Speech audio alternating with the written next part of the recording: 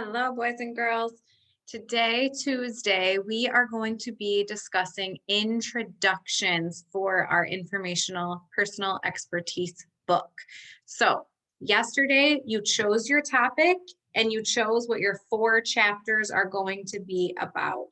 So, boys and girls, now that you've chose your topic, we are going to start writing your introduction, which will come before chapter 1. Now let's think, what are introductions for? Why do authors write introductions? Authors write introductions to get the reader ready to read about the topic that your book is about, right? So you want the reader to start thinking about, what prior knowledge do I have about this topic? What are some new things I want to learn about this topic? And just get the reader engaged and excited about what they're going to read, right? So today I'm going to show you 2 mentor texts, okay? This first one is on the screen right now. This book, this informational book, this author is an expert at bats. So this author, Elizabeth Carney, decided to write a book about bats to teach people more about bats, okay? So we're gonna skip past the table of contents for now, and we're going to go to the introduction. Let's look at what her heading is. Her heading is, what's a bat?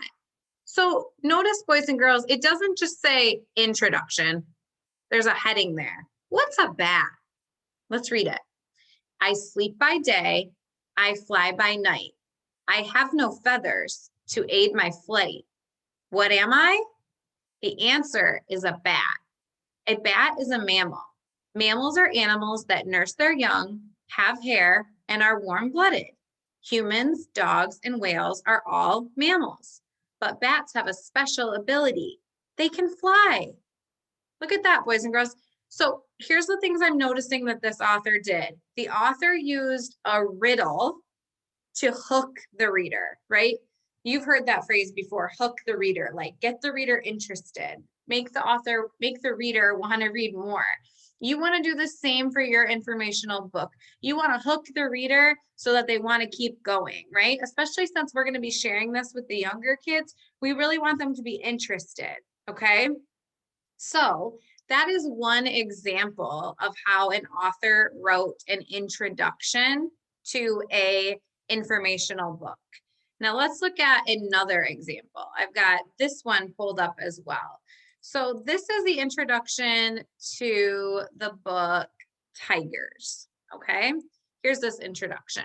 Notice the heading doesn't just say introduction, because that would be boring. It says perfectly big cats. Tigers are big and beautiful animals. They are strong and powerful too. Tigers are the biggest cats in the world. Okay, that's the introduction. So already my mind is thinking about tigers. I'm thinking about how they're beautiful and strong and they're the biggest cats in the world. And now I'm going to read to find out more, right? Okay. That is 2 mentor examples of introductions. 2 authors who are published authors for National Geographic Kids. They must be really good writers.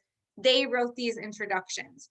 So we are going to use what we're learning from these authors to help us write our own introduction. Okay, so boys and girls, this is your assignment for today. Your job is going to be to create 2 introductions. Now, you might be thinking, Mrs. Thorsby, why do I have to write 2? Here's why. Because good authors, they try different things before they make a final decision. When National Geographic authors sit down to write a book, they don't just try a page one time and send it to the publisher, right? What they do is they actually try things lots of times, probably more than 2 times, probably more like 5, 6, 7 times before they decide on something. But we're going to try 2. We're going to write 2 introductions today, 2 different types of introductions about the topic that you are an expert at. So remember, yesterday you chose your topic and we decided we are sticking with that topic. So my topic is dogs. So as you can see on your screen, I have written 2 introductions, okay? 2 different types that I'm going to have us focus on are 1, a riddle. Let me focus this one. And 2, something that starts with facts or big ideas. Now, I got these straight from my mentor text. So my bat introduction was my riddle. If I can go backwards here. Here we go. I sleep by day, I fly by night, I have no feathers to aid my flight. What am I? That was an example of an author's riddle to open as an introduction. And the other one was my tiger's introduction. Tigers are big and beautiful animals. They are strong and powerful too. Tigers are the biggest cats in the world.